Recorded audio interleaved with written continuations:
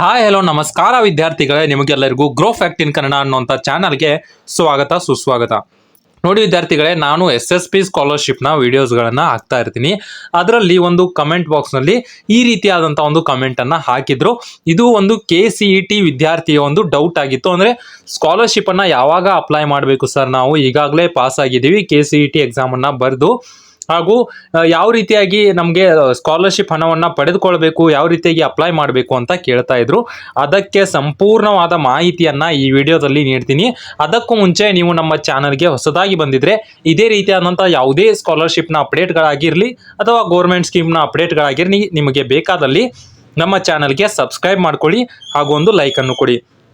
ನೋಡಿ ವಿದ್ಯಾರ್ಥಿಗಳೇ, ನೋಡಿ KCET ಎಕ್ಸಾಮನ್ನು ಏನು ಬರೆದಿರ್ತೀರಾ ಹಾಗೂ ಬರೆದಾದ ತಕ್ಷಣ ನಿಮಗೆ ಒಂದು ಒಳ್ಳೆ ಕಾಲೇಜ್ ಸಿಗಬೇಕು ಅಂತ ನಿಮ್ಮ ಆಸೆ ಇರುತ್ತೆ. ಹಾಗೂ ಒಳ್ಳೆ ಕಾಲೇಜ್ ಸಿಕ್ಕ ತಕ್ಷಣ ಅದರ ಫೀಸ್ ಕೂಡ ತುಂಬ ಹೆಚ್ಚಿಗೆ ಇರುತ್ತೆ. ಅದಕ್ಕೋಸ್ಕರ ಆ ಫೀಸನ್ನು ಭರ್ತಿ ಮಾಡೋದಕ್ಕೆ ಕೆಲವು ವಿದ್ಯಾರ್ಥಿಗಳಿಗೆ ಆಗೋದಿಲ್ಲ. ಅಂಥ ವಿದ್ಯಾರ್ಥಿಗಳಿಗೆ ಅಂತಾನೆ ಸ್ಕಾಲರ್ಶಿಪ್ ಅನ್ನುವಂಥದ್ದನ್ನು ಮಾಡಿರ್ತಾರೆ. ಆ ಗೌರ್ಮೆಂಟ್ನವರು ಸ್ಕಾಲರ್ಶಿಪ್ ಹಣವನ್ನು ಕೊಡ್ತಾರೆ. ಯಾವೆಲ್ಲ ಸ್ಕಾಲರ್ಶಿಪ್ಗಳು ಬರುತ್ತೆ ನಿಮಗೆ ಅನ್ನೋದು ಹೇಳೋದಾದರೆ, ನೋಡಿ ನಾನು ಡಿಸ್ಕ್ರಿಪ್ಷನ್ ಬಾಕ್ಸ್ನಲ್ಲಿ ಇಲ್ಲಿ ಸ್ಕ್ರೀನ್ ಮೇಲೆ ಕೂಡ ನೋಡ್ತಾ ಇರ್ಬೋದು, ಈ ರೀತಿಯಾದಂಥ ಒಂದು ವಿಡಿಯೋನ ಅಪ್ಲೋಡ್ ಮಾಡಿದ್ದೀನಿ.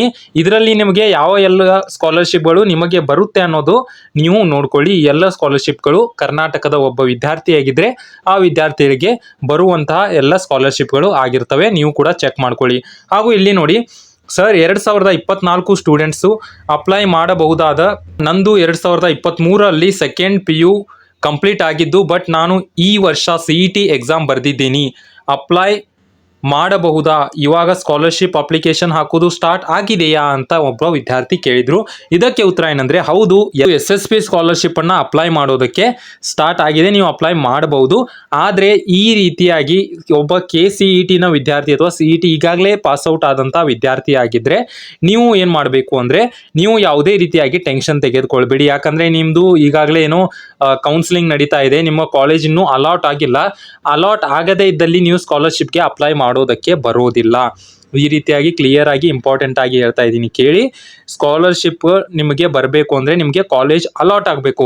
ಯಾಕಂದರೆ ನಿಮಗೆ ಕಾಲೇಜ್ ಅಲಾಟ್ ಆದ ತಕ್ಷಣ ನೀವು ಅಲ್ಲಿ ಅಡ್ಮಿಷನನ್ನು ತೆಗೆದ ತಕ್ಷಣ ನಿಮ್ಮ ಸ್ಯಾಟ್ಸ್ ನಂಬರ್ ಏನಿರುತ್ತೆ ಅಲ್ಲ, ಅದು ಅಪ್ಡೇಟ್ ಆಗುತ್ತೆ. ನಿಮ್ಮ ಸ್ಯಾಟ್ಸ್ ನಂಬರ್ನಲ್ಲಿ ಅಪ್ಡೇಟ್ ಆಗುತ್ತೆ. ಅಂದರೆ ಈ ಕಾಲೇಜನ್ನು ನೀವು ಪಡೆದುಕೊಂಡಿದ್ದೀರಿ, ಡಿಗ್ರಿಗೆ, ಇಂಜಿನಿಯರಿಂಗ್ ಅಥವಾ ಮೆಡಿಕಲ್ ಈ ಕಾಲೇಜನ್ನು ಪಡೆದುಕೊಂಡಿದ್ದೀರಿ ಅಂತ ಅಪ್ಡೇಟ್ ಆಗುತ್ತೆ.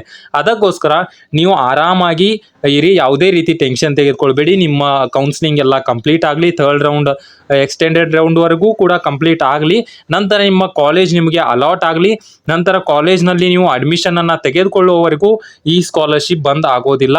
ಸ್ಕಾಲರ್ಶಿಪ್ ಓಪನ್ ಆಗಿಯೇ ಇರುತ್ತೆ. ಯಾವುದೇ ರೀತಿಯಾಗಿ ಟೆನ್ಷನ್ ತೆಗೆದುಕೊಳ್ಬೇಡಿ. ಹಾಗೂ ಯಾವ ಸ್ಕಾಲರ್ಶಿಪ್ಗಳು ನಿಮಗೆ ಹಾಕೋದಕ್ಕೆ ಬರುತ್ತೆ, ಯಾವ ಸ್ಕಾಲರ್ಶಿಪ್ಗೆ ನೀವು ಎಲಿಜಿಬಲ್ ಆಗಿರ್ತೀರಾ ಅನ್ನೋಂಥ ಡೌಟ್ ಇದ್ದರೆ ನೋಡಿ, ನಾನು ಹೇಳಿದ ಹಾಗೆ ಡಿಸ್ಕ್ರಿಪ್ಷನ್ನಲ್ಲಿ ಅದರ ಲಿಂಕನ್ನು ಕೊಟ್ಟಿರ್ತೀನಿ, ಅಲ್ಲಿ ಹೋಗಿ ಕೂಡ ನೀವು ಚೆಕ್ ಮಾಡ್ಕೊಳ್ಳಿ. ಇದನ್ನು ಹೊರತಾಗಿ ಯಾವುದಾದ್ರೂ ಡೌಟ್ ಇದ್ದಲ್ಲಿ ಕಮೆಂಟ್ ಬಾಕ್ಸ್ನಲ್ಲಿ ತಿಳಿಸಿ, ನಾನು ಆದಷ್ಟು ಅದಕ್ಕೆ ರಿಪ್ಲೈಯನ್ನು ಕೊಡ್ತೀನಿ.